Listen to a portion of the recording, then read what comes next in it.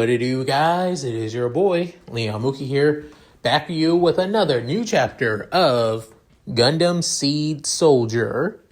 And sorry, once again, it's been a while since I last uploaded a chapter for this story. But if it makes you guys feel better, this will basically be the end of the desert arc after all. And after this, we'll be basically moving along through that of the plot as they head to Orb. But other than that, I want to end this arc off with a bang. So let's go that of a necessary recap. In the last part, each side is getting ready for that of the battle to leave that of the Northern African territories, with the Desert Dawn alongside that of Guy already raring to go and preparing for their strategy and plans, with Aaron doing last minute checks as well. However, having to deal with Kigali wanting to pilot one of his mobile suits, mainly that of the Loveless, but is unable to. Kira trying to reassure himself that what he's doing is the right thing to do. The Wellfell Company alongside that of the White Fangs, preparing the blockade to stop that of the Archangel, with multiple plans, strategies, and forces to stop them. However, it seems like it'd be easier said than done, even with so much preparation and tactics involved into it. And the number one reason might be a problem is team cohesion and cooperation with one another. As the battle begins, with Guy and his Blue Astray taking care of that of the enemy forces surrounding that of the Archangel in the Desert Dawn, alongside that of Mu and Kigalia taking care of them too, with even Alleluia being the AI, piloting that of the Loveless Gundam, supporting Leon as he basically blitzes through that of the battlefield to try and find Walfeld and Aisha. So not only to defeat them, but also to make sure that Aisha doesn't lose her life and Walfeld doesn't lose an arm and an eye, as the battle between these beast mobile suit pilots is about to begin. So, with all that said, let's get into this, shall we, guys? Chapter 12, Monsters on the Battlefield. Before that of Aaron and alongside that of Walfeld could basically have their fated battle with one another, the others currently on that battlefield are doing what they can, with Melody currently looking over the battlefield while doing some support here and there with that of her twin machine guns, not trying to, as she promised that of her commander, that she wouldn't attack that of the Desert Dawn, but she didn't say anything about that of attacking that of the Sky Graspers of the Archangels, such as what Mu and Kigali are piloting. Within, looking over her sensors and saying, "Commander, I have given all that of Zoots and Buku units to basically surround that of the area around that of the Archangel. We'll box them all in and sink that shit once and for all," as she dodges another cannon fire from that of the Sky Grasper that Mu was piloting, with Dirka soon stepping in to basically fire at at Mu, with Mu dodging out of the way by doing that of an aileron roll away. With then saying, "Hey, you think you could basically do your job better? I know you said you wanted me to be a bodyguard, but at least show that to why you're a mobile suit pilot." Within, Melanie couldn't help but get annoyed at that of Dirka's bitchiness when in fact she's not truly a full-on battlefield pilot. She's technically a tactical forecaster on the battlefield. Before she could retort, she soon had to dodge out of the way from that of Kigali, who nearly cut off that of her Din by the waist and through that of the cockpit. With then, Kigali couldn't help but get annoyed at this that she missed, before then dodging out of the way from Dirka's beam shots of his Buster. With soon she realizing for basically a bunch of regular naturals, they have good coordination with one another, and yet we have so many forces. Both the White Fox Company and the Wellfell Company have so many mobile suits, and yet we're barely scraping by at all. We're even stopping it. How are we losing this, damn it? If anything, having her luck would be so much more easier than anything. But of course it had to go to Little Miss Perfect, as she grips the controls of her cockpit, before then having to fly back down not wanting to basically get taken down by either one of the Sky Graspers. Back with that of Shiro and her subordinates currently fighting against Kira and the Strike Gundam. With Kira, movements and speed and reaction time are so unnatural for that of a mobile suit created by the Earth Alliance. Then she realized, so this is what Mr. Yamato is capable of. The young man is no joke. He's like a genius piloting that mobile suit. As she fires another beam barrage of her Lego. However, Kira dodges out of the way before using that of his beam shield to block one of the shots, unleashing his own barrage of beam fire down as well. With her dodging out of the way in the sand, causing her to basically drift that of her Lego before jumping up into the air, with Kira having to put his beam rifle away and bring out that of his beam saber as the two mobile suits and mobile armor clash in the air. Before then, the Lego goes back down to the ground before steadying itself by spinning before dodging out of the way from that of Vulcan guns in that of the Strike's head. Within, Kira dodging once more from multiple shots and missile barrages from that of Sabrina and Jill as well. Within, Jill speaking to her commander saying, "Commander, how are you holding in there?" With Shiro commenting to that of her subordinate saying, "I'm doing well, Jill, but I won't lie. I was expecting him to be a challenge, but to think the pilot of the Strike has exceeded my expectations."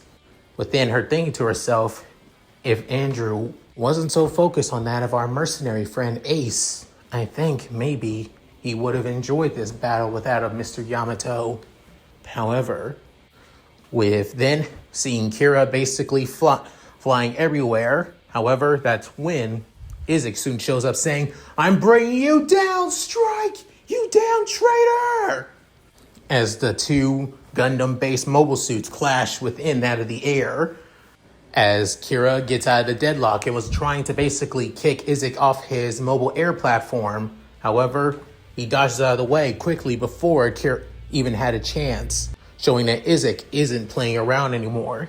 Before then, preparing that of one of his missile barrages from his missile pod on his right shoulder, with then Kira dodging out of the way of each shot that was nearly close to landing on him. Before then, that's when Sabrina shoots another barrage of her beam fire from her Buku, with Kira soon flying, basically ascending down to the air, basically killing his thrusters, before then flipping them back on and about to go to that of the, Buku that fired on him. Within, Sabrina seeing this, unable to basically react fast enough. Before then, Kira basically slices off that of her beam turrets alongside that of the backside of her Buku, as it causes her basically to scream as her Buku flips in the air for a bit before it lands back down to the ground, completely out of commission. Luckily, it didn't explode, thankfully. With Shiro seeing this, she couldn't help but scream, "Sabrina!" With even Jill seeing her comrade and friend saying, "Sabrina, no!" However, before she could react, Kira was already upon her, as he, without even warning, he slices that of her Buku in half, right in two, before it explodes. Unfortunately for Jill, she was not safe, unlike that of her blonde-haired comrade. With Shiro seeing this, saying, "No, Jill, no!" With Kira and that of the pilot seat saying, "Damn it, I didn't want to, but I had no choice." With then soon bringing out that of his beam rifle once again, as he was about to basically fire at that of Shiro. However, he was soon stopped by that of a grenade shot from Isaac in the duel, as he couldn't help but say, "Damn you, Strike!" As he unleashes basically a hail of, barrage fire from that of his railgun, what was left of his missiles, and also from his beam rifle as well. With Kira dodging each and every one of the shots. However, he's too overly whelmed before getting out of the way. However, that's when he gets a message from that of Moralia saying, Kira, we need your help. Multiple mobile suits have begun to box us in. They're seeming like that of Buku's in Zoot classes. Within hearing that saying, no way. Before then realizing saying, I gotta go protect the Archangel. My friends are more important than this. Before, as he soon flies off back to the Archangel to protect everybody. As for Shiro, she almost looked like she's about to cry. However, she soon basically removes her helmet and slaps herself before putting it back on, saying, I'm on the battlefield. I have time to grieve my subordinate after I'm done. As she soon accelerates out of her let go once again to go straight after that of Kira and support that of her allies. With then Isaac does the same as well, couldn't help but grit his teeth before then saying, I'm sorry. I'm so sorry I couldn't save you, Miss Narita. With, as he mourns that of Jill before heading off as well. As for that of the blue, as for Guy and the Blue Astray, he's currently taking care of what Zoots and Bukus are heading around him, sending that of barrages of missiles and even that of his beam rifle too. Before then sending that of a blast from his bazooka. Before then doing a spin, basically sending that of multiple beam shots at that of his targets, destroying that of the Zoots and the Bukus coming at the Archangel and the Desert Dawn. With then him basically gliding across that of the sand without even with all the heavy weaponry on him. He can't help but think, this is attack and pincher maneuver. Not bad indeed. I was expecting a lot more bombardment, especially if the land ships get involved. But I'm guessing within, seeing on his sensors that the nearby land ships are being taken care of one by one. And it's all thanks to a certain, AI. Within, that's when Kigali alongside Mu also send that of their own supportive fire towards the Archangel, with Mu sending that of a high-power blast from the launcher strike pack on out of the Sky Grasper, destroying rows of, mobile suits coming for the Archangel, and the other being Kigali, using that of the grapple hook of the sword strike pack, as he grapples a Zoot and basically as she soon raises it up off the ground, before then deciding to use it as that of a mobile wrecking ball, and knock into that of only that of one Buku and one other Zoot, destroying all three, before bringing the grappling hook back up to her in the Sky Grasper. Within, she couldn't help but smile, seeing on all the foes she took out, before then sending that of another, machine gun blast from that of her Sky Grasper, within thinking, damn it, no matter how many we take out, it looks like we're never even putting a scratch into their numbers. Before then, that's when again was about to fire onto her. That's when again was soon destroyed by Kira and his beam rifle. Before then, he also lays down suppressive fire too. With then, that's when Kira saying, golly, you okay? With her saying, I'm fine now. Thanks for the save, Kira. But still, to think that we fell for something like this. With then, Kira saying, whoever made this strategy is not that bad. If anything, they're something crazy. Within, soon, back on the Archangel, as Narumi, giving out orders. Before then, sending that, telling them to send out that of a barrage of missile fire down on all around that of the Archangel. Before then, telling them to get in line with that of the, Desert Dawn, as she soon gets in contact with that of Sahib Bashman, leader of the Desert Dawn, as she's saying, Mr. Bashman, I have an idea. We're going to give you that of your jeeps and your helicopters opening to take down the mobile suits surrounding the Archangel. As the freedom fighter hears this, saying, we're all ears. Say what you need to do. Before then, he hears that of Narumi's plan before realizing it's absolutely crazy. However, it could work. Within, she's saying, well, I'll go on my mark. Within, still on beside Ashman, before she counts down and say, mark! Before then, those on the crew send that of multiple missile barrages once again from the Archangel.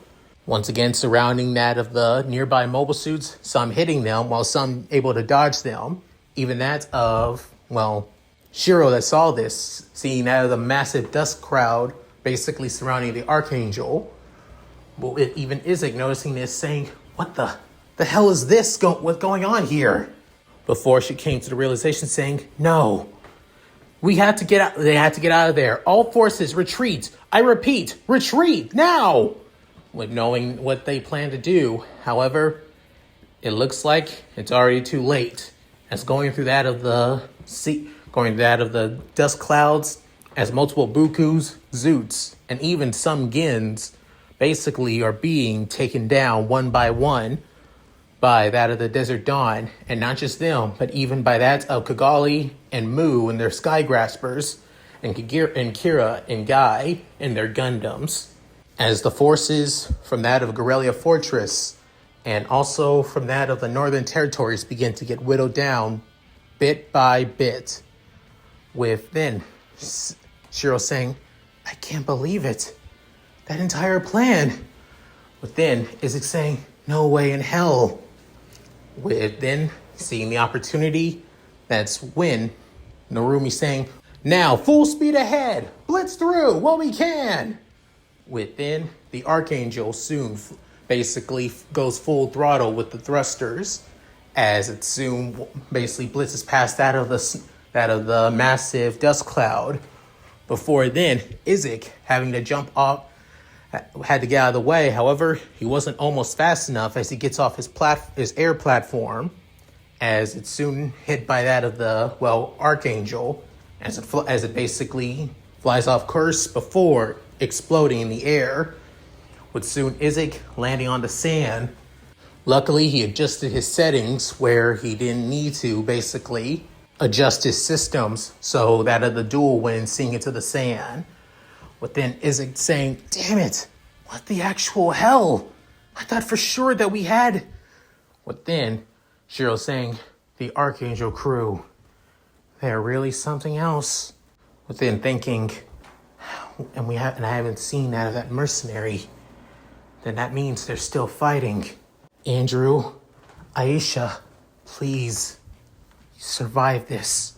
Looking out in the distance, worried for that of her fellow soldiers, with the battle between that of Aaron and Andrew, as that of the Orange Buku clashes with the Dantalian knife, as basically nano-laminated armor blade basically meets with that of Beam Clawed Saber. With then they clash once again over and over again, as the Strife Gundam on that of its Meteor Hopper clashing once again with that of the Lego, within them blitzing through that of the battlefield. However, a few of Zoots and Gins try to fire at that of Aaron and the Strife. However, thanks to that of support fire from the Loveless and Alleluia, they're basically taking care of, at the same time, taking care of that of the other land ships. With Aaron basically seeing the support, he still continues his clash with that of the iconic, Desert Commander, with the two still clashing piece by piece with blade against blade. But then soon, as Aaron basically turns around at full speed and was about to slam into that of the head of the Lego, that's when Wildfell gets that of a ground on his face before jumping up into the air, dodging out of the way. Before then, a beam blade comes out of the tip of the Lego tail and was about to stab into it.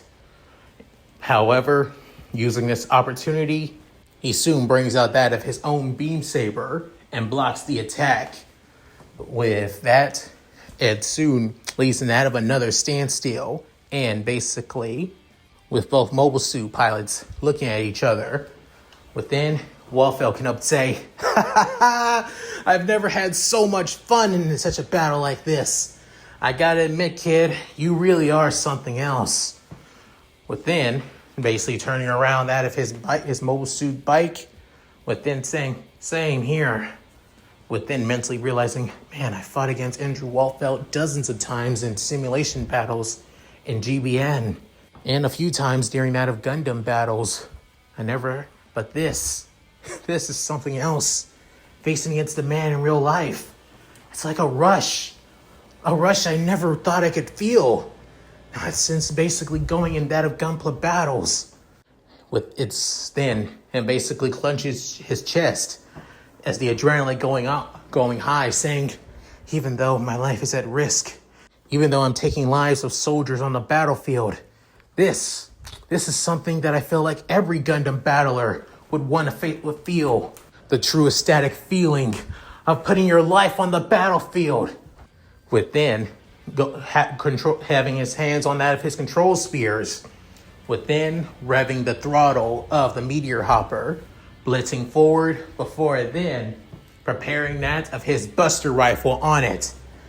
With then soon, Aish saying, "Andy, I know," as it charges before then, sending that of a powerful mega beam blast. With Walfeld seeing this, as he basically dodges out of the way, but the blast begins to track him, as Eren basically chases him down, as it's now basically become that of a game of tag, and see how long that of this orange mobile armor mobile suit could basically last. With then soon saying, "I still can't kill them. I just need enough to basically whittle down their system's engines. Maybe bring down the energy supply. I know, unlike that of the Gundams and mobile suits later on in the Seed timeline, that everything relies so much on phase shift armor, which I've always thought is basically the biggest design flaw in every single mobile suit in Gundam Seed. Seriously, if you wanted to be unique from that of other Gundams throughout the series, just say it was made from using a special made alloy that barely anybody can replicate, just like every other Gundam series does. Don't connect that of a kinetic absorption armor layer to that of a power source. Within, that of Akihiko spoke up saying, "Boss, you're rambling." Within, realizing, "Oh, right, sorry, totally forgot." As then the energy from the buster rifle begins to die down, realizing he's up. With then saying, "Well then, I guess I gotta keep on going then." Before then, pulling out that of his beam rifle, his bladed beam rifle, with soon firing at that of Andrew Walfeld, with Walfeld dodging each shot once again. However, that's when the beam cannons on that of its back begins to turn back, as soon Aisha is the one now controlling that of the beam rifle turrets, with sending multiple blasts at that of Eren as he dodges out of the way, while also firing down onto them too. With then Walfeld saying, he's not going to let up any easier. And sooner or later, we're going to run out of energy. The best thing we can do is get rid of that damn bike of his. With her saying, "I couldn't agree more, dear."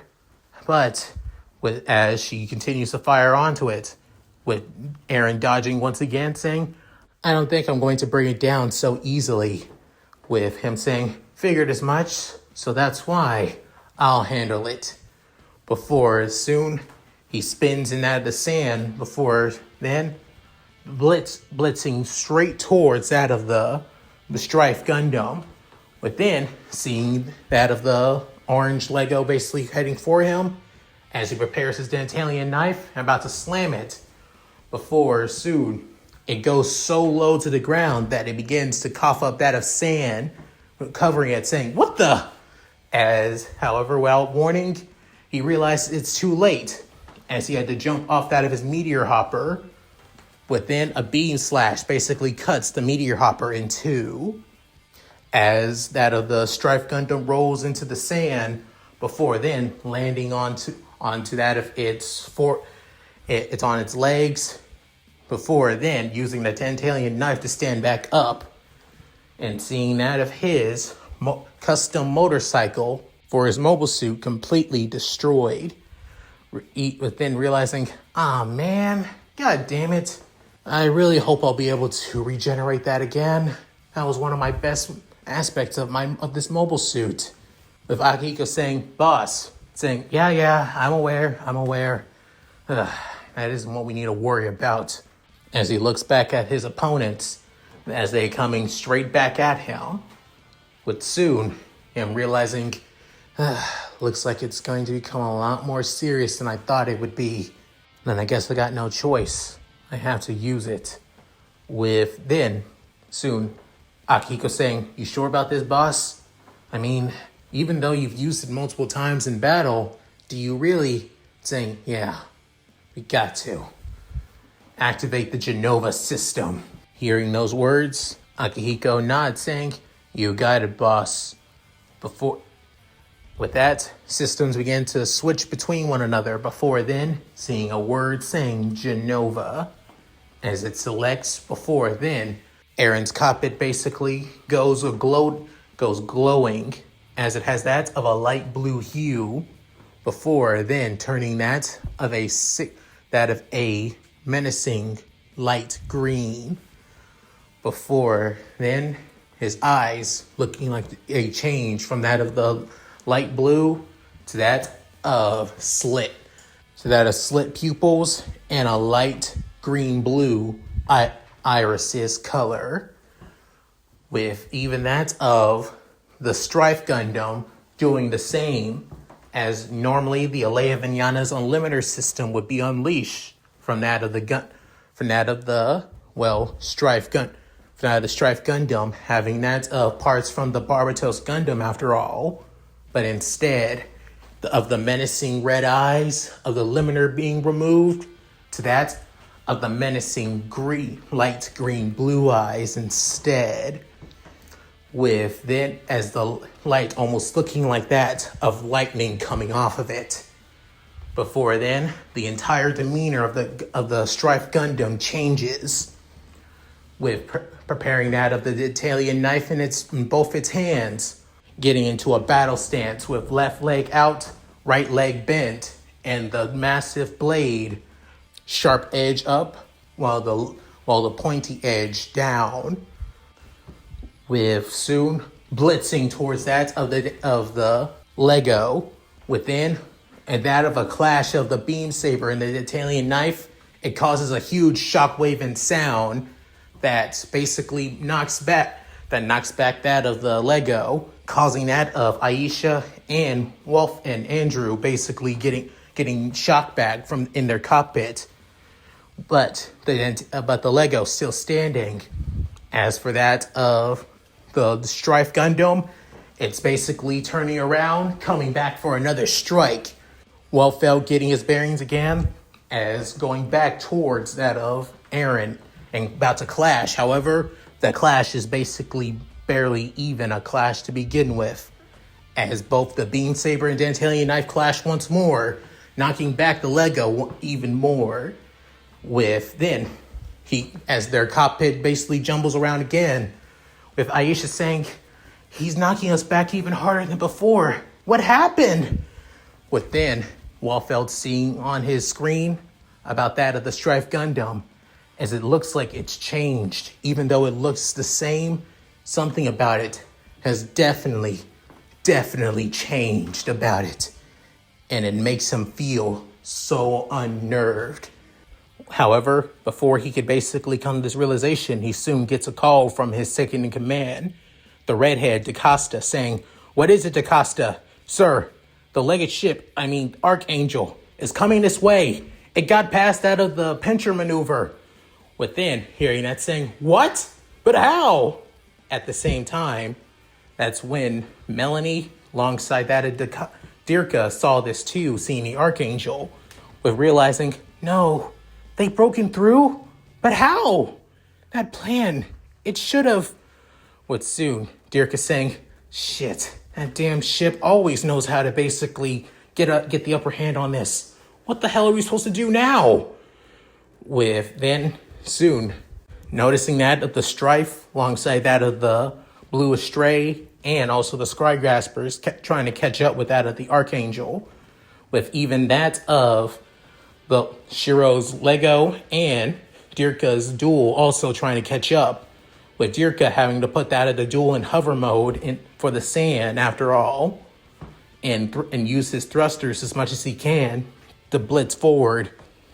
Within seeing this, Dirka wanted to basically make a smart Minarki towards Izek, but realizing something, that two Bukus aren't there, with even Melanie saying, "Commander, do you read me? Commander!"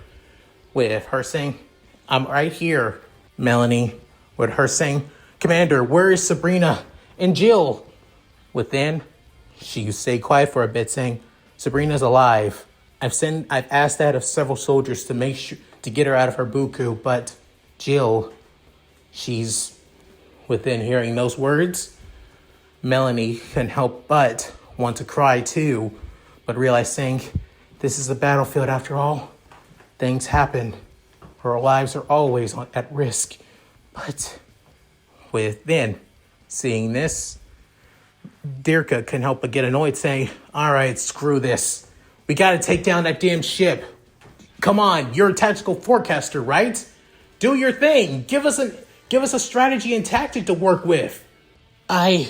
Before she could say anything, that's when DaCosta saying, "I have a message from that of Commander Wolfelt. All forces in the remaining area, retreat. I repeat, retreat. This battle is starting to become a losing fight." Within hearing that, Izek saying, "What? Why the hell would we need to retreat? We are just..." Within, soon, Shiro realizing, "Wait, DaCosta, what happened?" Within saying, "It's the commander, he's..."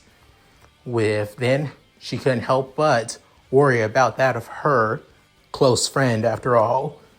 A few minutes when Nata DaCosta giving the information to Walfelt, saying, "I see, and I guess it's truly over then."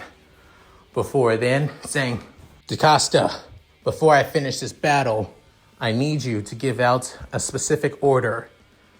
Order all forces to withdraw from the area. Any land ships that are still around, retreat from this area alongside that of the Massalius." With DaCosta hearing this saying, "But Commander, DaCosta, this is my order. I'm not risking any more of my men for a battle that's already seeming like it's about to lose. And besides, me and Aisha got a little opponent that we need to take down first before we leave." Within, seeing that of the strife back on his screen, almost looking like it's basically toying with them, playing with them. Almost like the mercenary young man that they met just about that of a few hours ago, several hours ago, is no longer there. With then soon saying, "Aisha, you can escape now if you wish to. Eject from the cockpit and I'll..." "That's not happening, Andy." Within, she looking at that of her lover, with Andy looking back at her, saying, "I'm with you to the very end. No matter what, I ain't abandoning you." Within hearing that, Andy saying, "Man, I had to be one of the luckiest men in the world to have somebody like you." Within, after saying this, saying, "All right, young man, bring it on. If this is the Desert Tiger's last battle, then let me go out with a bang then."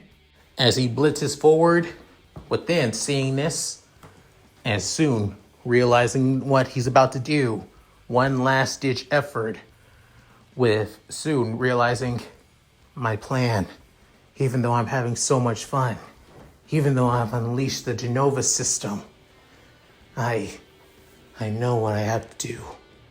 I'm not giving in too much in this battle just yet. So that means within, soon as the statically green light blue lightning crackles, it soon shimmers down almost into that of just the light blue green eyes. Within, having more control, is no longer basically looking like it's toying with them, but instead stands tall, blade ready to its chest, to that of his face with left hand out as he's doing the exact same thing as that of his mobile suit, using the control spears as mimicking that of his mobile suit's actions, or the mobile suit mimicking its pilot's actions instead. With that, it soon blitzes towards that of the Lego, with the Lego's beam saber prepared and everything.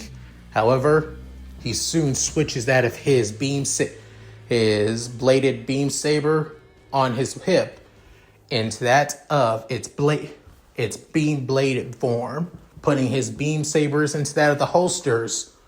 Before then, he basically blocks that of the beam saber. Before then, stabbing the Dantalian knife in the back of the Lego, stopping it in place entirely. With then, seeing this opportunity, he doesn't stop there, as wanting to basically completely and utterly immobilize that of the Lego. He cuts off that of its front legs as well.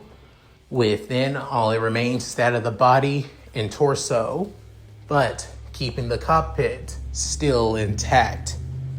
Within seeing this, he couldn't help but take a breather, telling Akihiko to basically to turn off that of the Genova system, as he begins to take a breather and begins to lean back.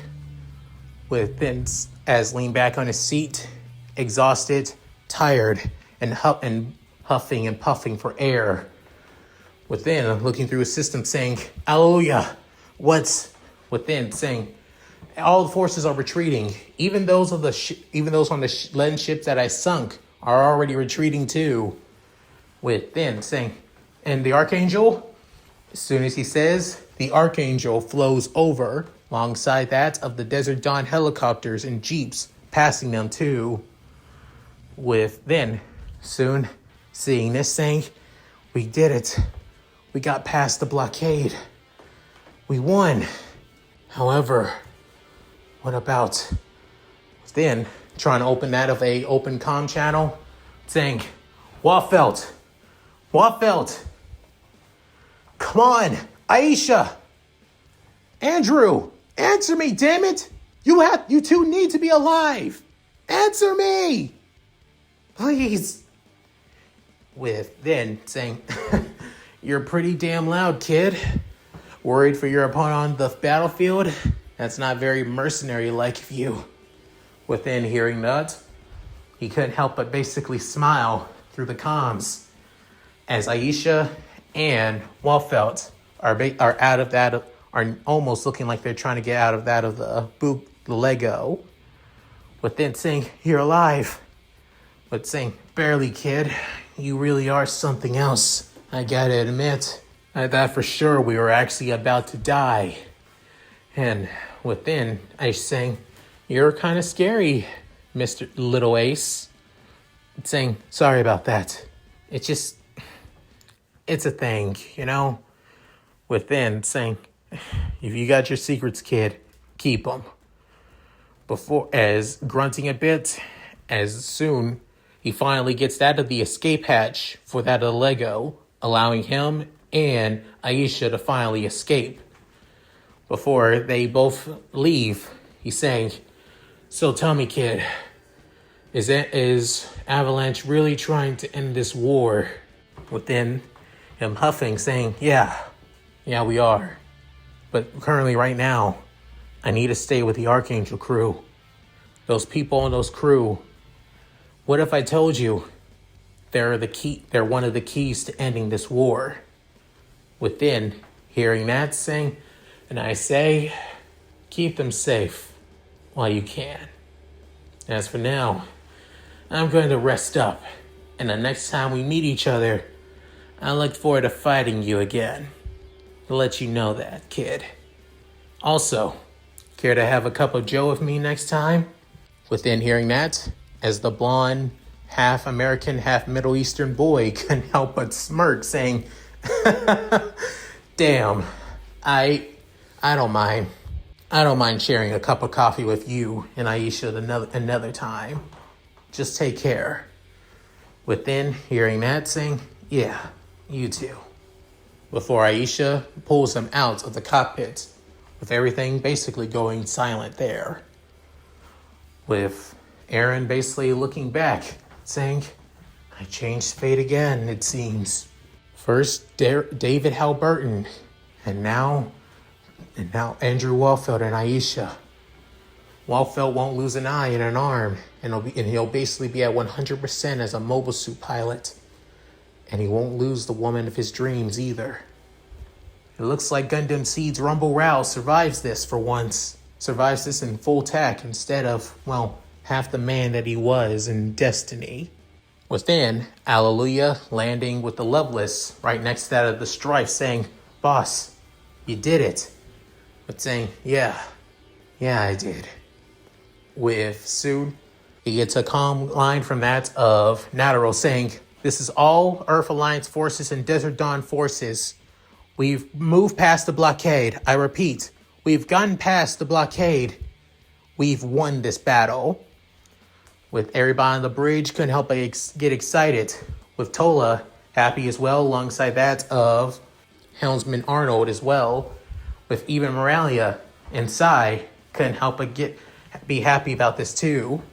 With Cuzzy too, basically no longer feeling like he's on the edge of his seat. With Flay happy as well that they made it through another day. With Mu saying, well then, it's not a full-on military op, but I think I'll take it. Gotta take victories while we can we? With Kagalia saying, we did it.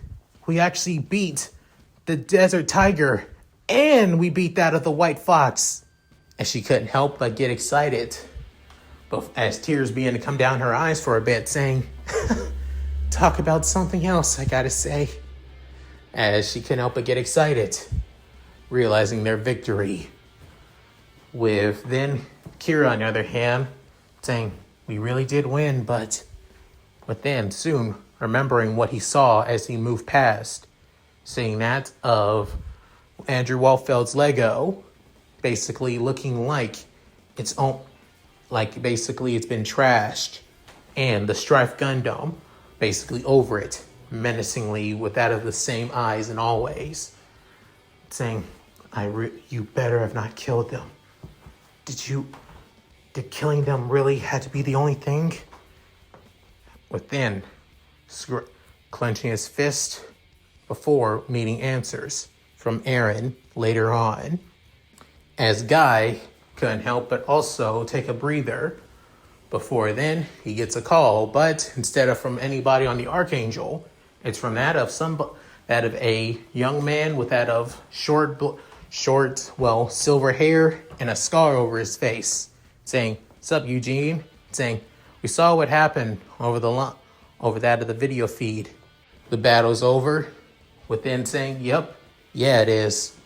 Before then, a tan-skinned woman who's quite beautiful with that of long brown hair comes into that of the feed saying, "So, it's finally over? Is the mission done?" "Not yet. Still need to get paid a little bit. But after this battle, and yet I didn't get a chance to face against the Desert Tiger myself again, honestly, it wasn't really that bad to begin with. Well, as long as you had a little bit of fun." Within, the silver-haired man pushing her aside saying, "Loretta, please." Before sighing saying, "Anyway, Commander, so what about this other mercenary kid?" A mercenary group that, saying, "Avalanche." The guy calls himself Ace. "You sure that you haven't heard anything about him? Or got anything? Not even the captain knows about these guys?" Within, as the silver-haired young man, being the wingman of Guy, Elijah, saying, "Captain Reed doesn't know a damn thing about these guys. Whoever these mercs are, this Avalanche is, nobody has ever heard of them one bit. It's almost like they never existed until now." With Guy hearing that, as he crossed his arms and out of the astray, saying, "I figured as much." whoever Avalanche is or whoever that kid is, he really is something else. Creating an entire mercenary company lie on his entire own, and yet having that of 2 mobile suits that are basically beyond what this current era's warfare is even capable of, and gear and equipment that both sides would basically kill for. Either this kid is something else, or rather, Avalanche really does exist, or does exist from the very beginning, to the point that nobody or anybody that hears about them would never know about them to begin with. But then, Guy can up and say, won't lie, I would actually look forward to fighting against these kids again if I had a chance. With that, Guy can help but smirk before grabbing the controls once again.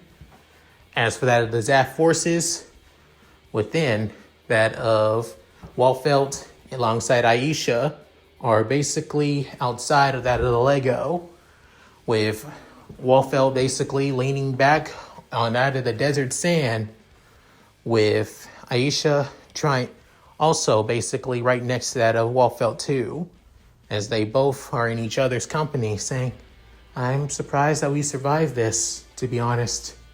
Within, Andrew saying, yeah, you and me both, Ish. You and me both. I was really thinking that we were actually about to die there. But yet, we survived. We made it through. If anything, call me crazy, but do you think he was holding back? Definitely. Trying to keep us alive? Most absolutely. Within saying, so I wasn't imagining it after all. That kid, and even though his true identity, he's keeping his true identity a secret, but that kid Ace, he's definitely something else. He never wanted to kill us to begin with. He was really trying to keep us alive. Within saying, he said that both Zaft and the Alliance have good people on both sides. What if I guessing that he's just us as one of those good people? Then, Aisha leaning her head on that of her lover's right shoulder, saying, I think we're lucky to be part of that percentage. Well, that's when a few mobile suits began to arrive. One of it being that of Shiro's Lego, as then she opens up that of the cockpit bay door before then jumping out, saying, Andy! Aisha! With Andy using that of his one good arm that isn't broken, saying, hey, Shiro. With her saying, you two okay? With Andy saying, well, left arm is a little broken, so that's a bit of a problem. With then looking at Aisha, as saying, I think my right leg is a little broken too, but I think we'll live. With that, she soon goes to her knees, and then basically brings her hands to the fist of the ground as she begins to tear up, saying, thank God you're alive. As soon, Aisha removing that of Shiro's helmet, showing that of her beautiful light blue-white hair, with her tearing up, saying, I don't think I can handle anyone else dying on me now. After losing, within, Walfelt saying, yeah, I heard. Your subordinate, Jill, she's dead, isn't she? With then saying, yeah, by the strike, by Kira Yamato. That boy is really something else. He truly is naive, and yet he's willing to take lives even though he hates to do so. He's literally the perfect soldier in body, but not in mind. With Walfelt thinking, yeah, you're right about that. That boy is definitely the perfect soldier in body, but definitely not in the mind. He does not have the soldier mindset. He's too naive, too green, too narrow-minded. However, then thinking about that of Aaron saying, that mercenary kid, Ace. I won't lie, I enjoyed this fight for the first time in years. With Aisha saying the same thing, saying, agreed. I always wanted to fight against somebody like him too. And I'm glad you enjoyed yourself too, Andy. With even Shiro remembering that of Aaron saying, Ace. Well, besides him having that of a fake nickname, because even I can tell that name was truly fake. But then, she couldn't help but smirk saying, however, I don't think he enjoys killing either. Not to mention, seeing that the two of you are alive, he really did try to make sure that you both stayed alive, didn't you? Even many of the other soldiers who fought in this battle and got in his way, their cockpits have never been damaged, but they were definitely out of commission. Even when chances when he did kill, it almost seemed like it was made to make sure that the pilot didn't suffer a painful death in the process. I want to know more about this mercenary company known as Avalanche and its pilots. Who are they? And how the hell did they train somebody like him and have the development in mobile suits to make something like those things? Thinking about that of the Loveless and Strife and seeing on how monstrous they are on the battlefield. Within, Wildfell couldn't help but smirk, saying, only time will tell. But given this battle, well, looks like your little peace treaty went through, Miss White Fox. As he stands up, but then pulling Aisha to that of her feet too, as she leans on him, even though he has only one good arm, saying, as of today, the Desert Dawn will be withdrawing from that of the Northern Territories. We're going to head back up to the plants and give out a report there. My company is nearly demolished and I don't have the forces and numbers to keep the territories safe from that of Alliance forces. If the higher-ups are going to complain about this, especially Zala and Jewel, then they can all suck it. I did my duty as a soldier, and I lost a lot of good men today. What then? She's saying, same goes for me. As much as I want to continue Guerrilla Fortress, but my main duty of keeping peace among here that of the Northern Territories is achieved. The Desert Dawn will no longer attack that of Zaf forces for no longer.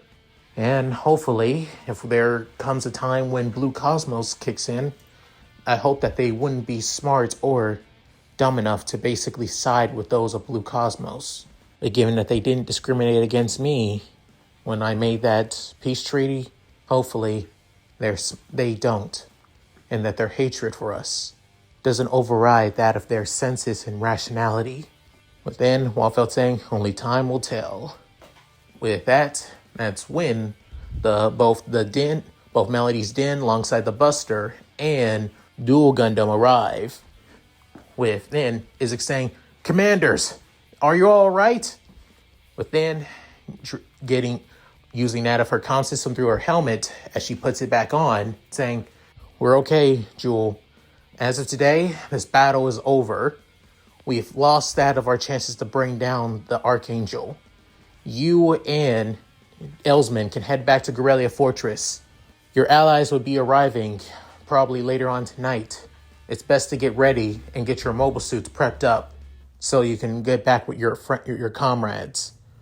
Within hearing that, Dirka saying, hell yeah. About damn time, but still. Shame we couldn't brag about bringing down the legged ship. Right, Isaac? Then Isaac saying, this is still a damn failure, Dirka. We lost. Within realizing in the strike, remembering that of Aaron's words back when the two were still in the desert. Within saying, the guy who's piloting it is a coordinator too. He's doing it to protect his friends and family that are on the Archangel. You forget that Heliopolis was a neutral colony under Orb, did you not? You wouldn't think that there wouldn't be any coordinators on there? Then hearing that, remembering those words, Isaac couldn't help but say, innocent or not, coordinator being an Orb or not, he's still a traitor who basically took the lives of many of my comrades.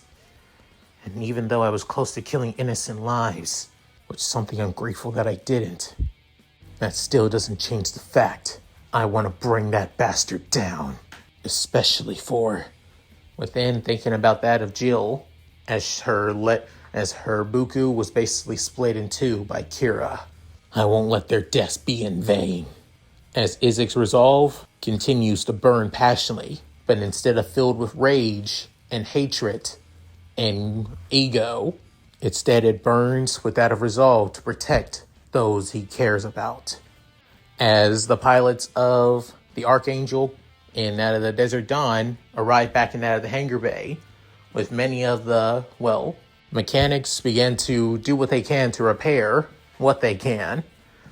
With then as Chief Mechanic Murdoch basically looks over that of the strike, seeing that it did take a few beatings here and there, but surprisingly, thanks to the phase shift armor, it's still intact. The Sky Graspers did take some scratches here or there too, but they're good to go as well. However, the things that really catch him off guard is looking at that of both the Strife and also the Loveless. With the Loveless looking like it hasn't even taken a single scratch on it at all, still in mint condition and everything. But the Strife, basically coated and painted it around in sand and everything. But other than the sand, everything else still good, intact and all. With Mu coming out of the Sky Grasper, heading to Kigali saying, "Nice work out there, kid. Honestly, I didn't expect you to have such a good control over the Sky Grasper." Within, Kigali saying, "What? Didn't expect much from me?" Saying, "Not that. Just a little bit caught off guard. Hell, keep that up and I think you might be a good mobile suit pilot."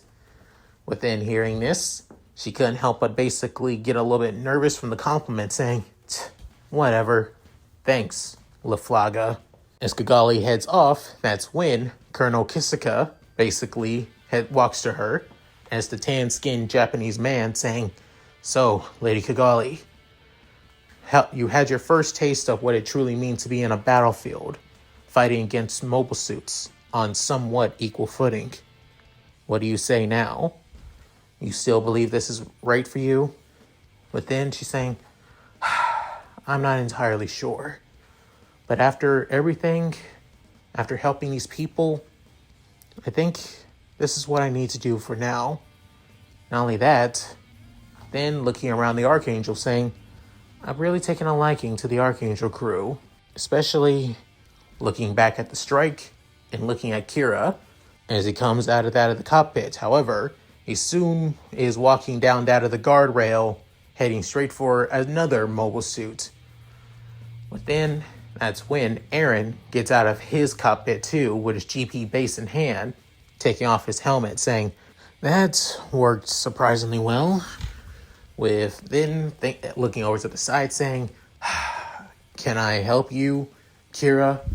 Within saying, "Did you?" Within saying, "No, I didn't kill them.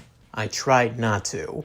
Within being cut off guard, but then saying, "Seriously, the very look on your face says it all. When I fought against Commander Walfeld and Miss Aisha, I wasn't trying to kill them, dumbass. This, like I told you when we met them, this war is leading to the end of both species, of naturals and coordinators. People like them, the people who actually understand the meaning between good and evil, actual soldiers who know right from wrong, they're the kind of people that we definitely need in this world. And ending them isn't going to solve anything." Within, soon, saying, "Still, how do you know you would have killed them without even batting an eye?" Within, hearing that, Aaron basically gritting his teeth, while also clenching his fist around his GP base, saying, "You would have been pushed to your limits, when basically had no choice to go that of seed mode, overwhelmed with that of wanting to survive. You would have done anything to basically beat them, and you know it. Don't be spitting morality when you know that you would have not even done the same I did." With that, Aaron basically walks off, leaving Kira mentally pondering, thinking, would I have killed them? No, I wouldn't. I wouldn't want to. As Kira basically comes to this mentally dilemma with that of Eren already heading back to the changing rooms to get out of his pilot uniform, within saying, damn it, why is dealing with him always a pain in my ass? For turning that of a surefire victory that I should be grateful for into one giant ass annoyance. Man, I cannot stand you, Kira Yamato. Within shaking his head, before having that of a look of resolve in his blue eyes, not wanting to give up anytime soon, as of course, they still need to reach Orb. And there, he can enact a plan that he's been wanting to work on for a while now. But until then, at least have a celebration with the Desert Dawn tonight. As his time in the Northern African territories, facing against that of many foes, both old and new, has finally come to an end. And that's it. Thank you guys for watching. Hope you guys enjoyed the video. Please tell me what you guys think in the comments below. Let's read them. So, what do you guys think? Did you guys like this conclusion? Sorry if the fights seem a little bit forced or rushed a little bit. That's my bad, to be honest. And you may be wondering, why didn't Kira go seed mode after all, especially against that of Shiro? Because she would have given him a run for his money after all, right? Well, you're right. She would. However, that's the thing about that of this version of Gundam Seed I'm trying to do. I'm not trying to rely on seed mode to be a goddamn crutch. It's always a giant ass plot armor to basically enhance the person to win in a battle, to have full mental clarity to surpass anybody on the battlefield. I always hated that of seed mode. As a kid, I always loved seed mode. I always thought it was like a power boost. But as I gotten older, seed mode feels like a goddamn cheat code that should never existed. Not to mention the fact that seed mode is so freaking inconsistent. You have coordinators like Kira, Athrun, and even Shin can basically use seed mode. But then you have non-combatants like that of Lacus that can use seed mode too, which makes no damn sense. And don't even get me started with that of Kigali, because she's a freaking natural. And I know some of you might want to say, oh, but she's Kira's twin sister, so that makes her half a coordinator, right? No! It's stated that she is a full-on natural. Her having the seed mode makes no damn sense. So if you guys are wondering why I haven't been having Kira go in seed mode occasionally, it's because of I don't like seed mode. So don't expect Kira to constantly go into it, or anyone else to have that as seed mode, to be fair. It feels like a freaking cop-out, and I'm not using it as much. So yeah. Alright, that aside, I hope you guys enjoyed this video, as now we're going to be moving on to that of the Path to Orb arc. And honestly, we're going to get a lot more crazier diversions from canon in this arc too. So be prepared. Alright, if you guys like this, please like, comment, and subscribe. Hit that bell notification to get videos when I upload on the channel. Also, please check out my Discord, my gaming channel, my main channel, my other channel, my Patreon, and my Cash App. All linked in the description below. So, with all that said, this is Leon Mookie, signing out. Later guys, and hope you all take care.